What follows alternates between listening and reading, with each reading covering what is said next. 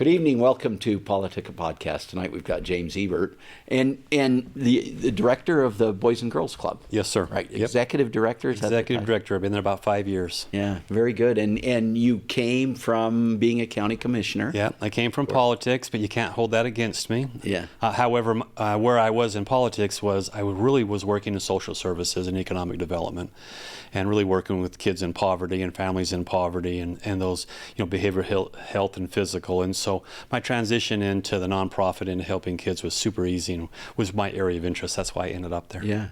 It's interesting. I mean, when I got elected, I got put on social services. Yeah. And I think it's because Alan Christensen was there before, right? Mm-hmm. Yep. He was the chair, and that was kind of the whole. And I ended up going on there. And at first, I thought, I don't know if I want to be on that committee. Mm-hmm. There's a lot of money going out. But as you get into it, you find out there Exactly. really are a lot of needs. Yeah, there's lots of good things out there. I mean, of course, there are programs that are, the programs are kind of outliers. But I think the value of having you in there, if I may say, is that I think you bring a little different view of it, right? It's like there are needs and there is assistance that can be provided, but let's make sure that assistance is helping people out of the issues they're in, not just keeping them in, not just throwing money at them. And so as we've had conversations, because you've been kind enough to help, the club here and there as we've been up at the legislature, but that's what I'm feeling I've always had from you. Right. Well, I think I think there's a lot of, you find out there actually are a lot of things that we're doing that work. Yeah, correct. And Boys and Girls Club is one of those things, right? Yeah. I love this Leader in Me thing mm-hmm. that you guys started up. Of course, that came out of the Covey. Yeah, Franklin Covey family. Yeah, created that for youth. Yeah. I think it's amazing. And I think it's fabulous for people to learn those timeless principles. I think we've moved away somewhat from that, from grounding people in truth and teaching them, Yeah, self-sufficiency. Right. That you have the ability to control your own future. And that's what I love about that program and Franklin Covey as a whole, is that first it teaches you to control yourself, right? Get your own house in order. And then once you do that, it helps you understand others and how you can interact with others to be leaders to them. But it starts with you first, right? Yeah. And there's an accountability piece to what we teach in Leader in Me. Yeah, a few years ago we had Wade Craig mm-hmm. on the podcast. And of course he's one of the big movers in that area, right, with Franklin Covey. He holds the Stephen Covey chair up at Utah State, mm-hmm. and I've gotten to know him really well. And actually in that podcast we talked a lot about the Leader in Me and the kinds of things that they're trying to do. Yeah, and the beautiful thing about that is, like, for our demographic and the families and kids, they don't always learn these skills and traits, because leadership, as much as people like to say he's a born leader or she's a born leader, it really is a learned behavior, right? And you have to have a foundation. You have to build your inner strength. You have to build your inner confidence. You have to start building up that you can accomplish things and that you have value. And then once you learn that, then you can help others. But until you learn that, then you're one of the leaders that really doesn't help folks, right? It's a leader about me, which doesn't really lead to anywhere. Right. And so this is why it's so important in our demographic and the kids that and families that we serve, is because they don't always learn those, practical skills. It's like public speaking. No one's born a public speaker. Right. It's from spending time and doing it and practicing it and becoming comfortable with it. And leadership's the same, in my opinion. Yeah. Well, and I think those kinds of things are great. I think there's a lot of things that have happened in Ogden. Ogden is a really good example of the Ogden City Schools have mm-hmm. done a fabulous job. Yeah. Reaching kids that are in poverty, or they just don't have as much support at home. Maybe they're from different cultures, family, different cultures, yeah, different languages mm-hmm. spoken at home.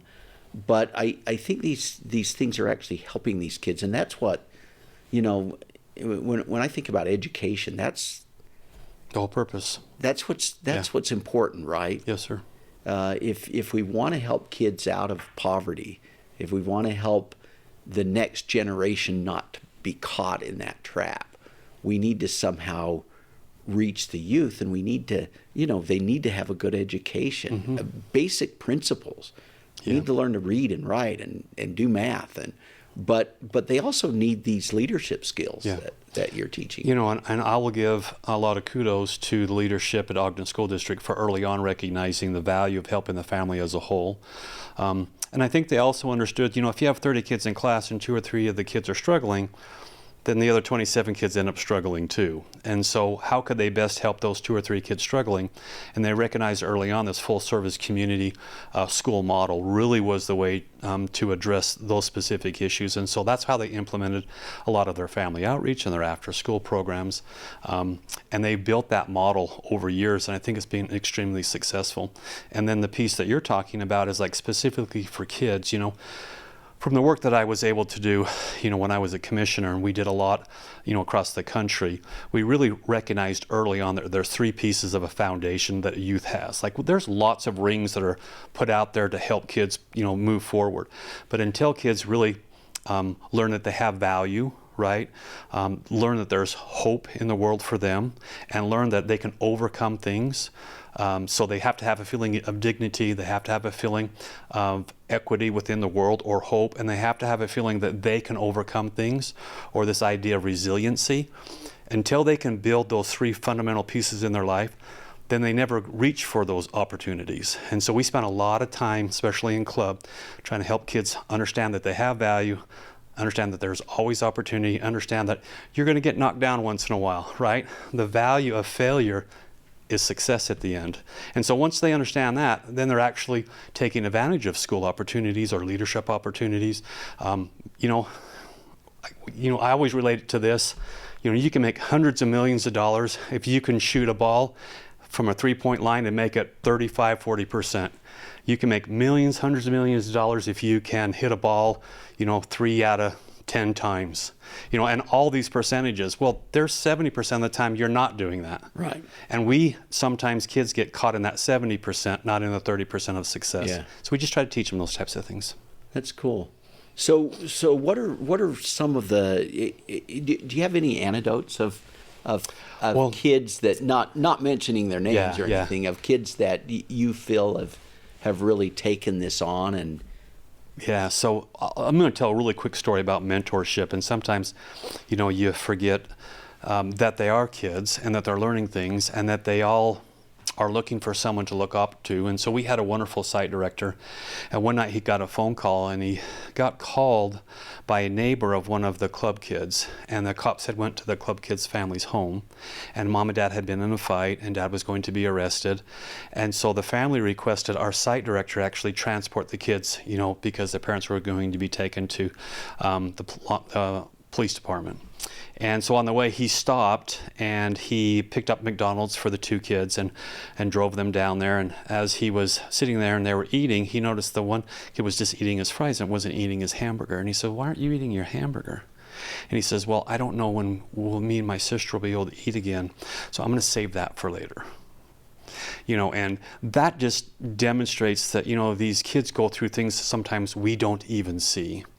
And that they love each other and they try to take care of each other, you know. And so they went and got them 10 hamburgers so that they wouldn't have to worry about that. And so those are the things that I think probably one of the most important things we do in club is we build relationships where they have caring adults and they feel like they have value and they feel like there's somebody that they can talk to. And then what happens is that they see this mentor as somebody they can emulate in their life to success. We have, you know, a couple kids right now. We had our Youth of the Year last year, actually won the state Youth of the Year for Boys and Girls Club, and actually went to California to compete in nationals. And that was amazing. And this young lady now has graduated. She's looking to go to the University of Utah to become a doctor. And she's just excited about life. And they've gone through a lot in her life, which I won't get into, but she's just overcome a lot of trials. And her brother actually was another one of our Youth of the Year. And it's because of the relationship they build in club. That's interesting. Hey, we're going to take a break and we'll come right back. Awesome.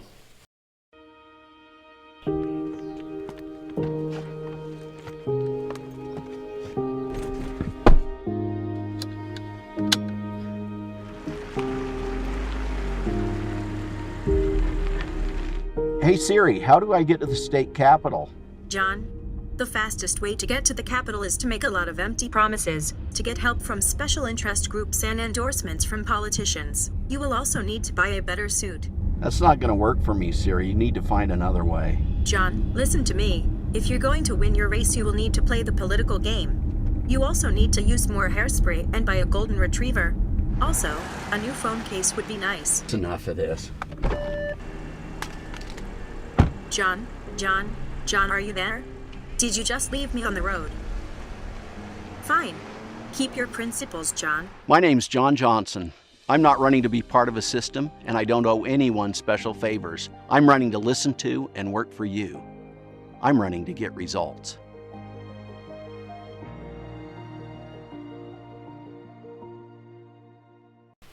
Welcome back to PoliticIt. We've got James Ebert here from Boys and Girls Club, Executive Director. And you know, during the break we were talking about these, intergenerational poverty things.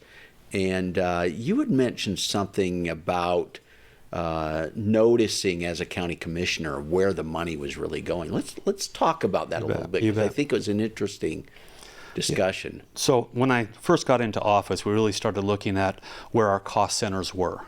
And in the county's budget, after all the pass-throughs to the other entities, really half to two-thirds of our budget was in law enforcement, corrections. We have a contract for behavioral health with Weber Human Services.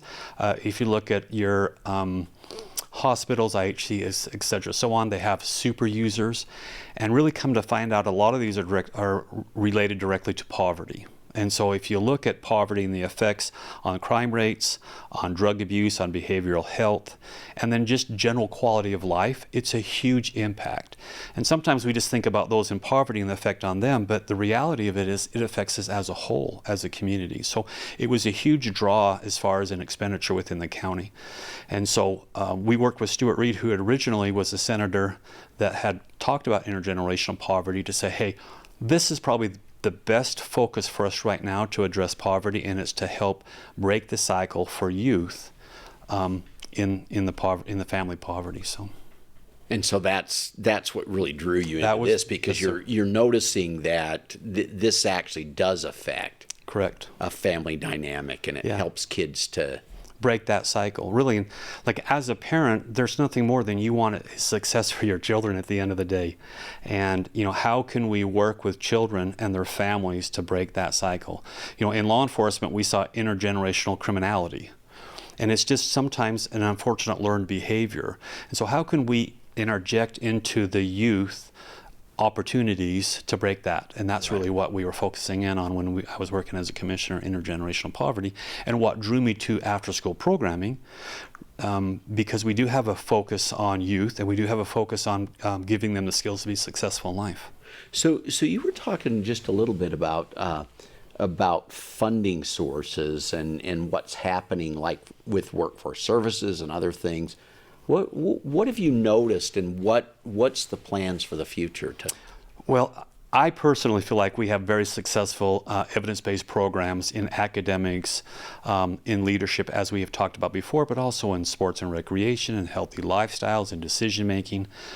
And these programs have been run for years and have had great success. And my concern is that some of the funding models are transitioning to people's interesting new projects and things like that. And as we talked about before, there's tremendous need in the community. I do not, it would be hard to be a legislator trying to figure out where these dollars would go. But my concern is that some of these dollars are being moved to other programs, and these very successful programs that are on the verge of really making some differences, the funding is starting to dry up, and we've been really reaching out to the community to help us fill that gap as those funding sources start to dissipate.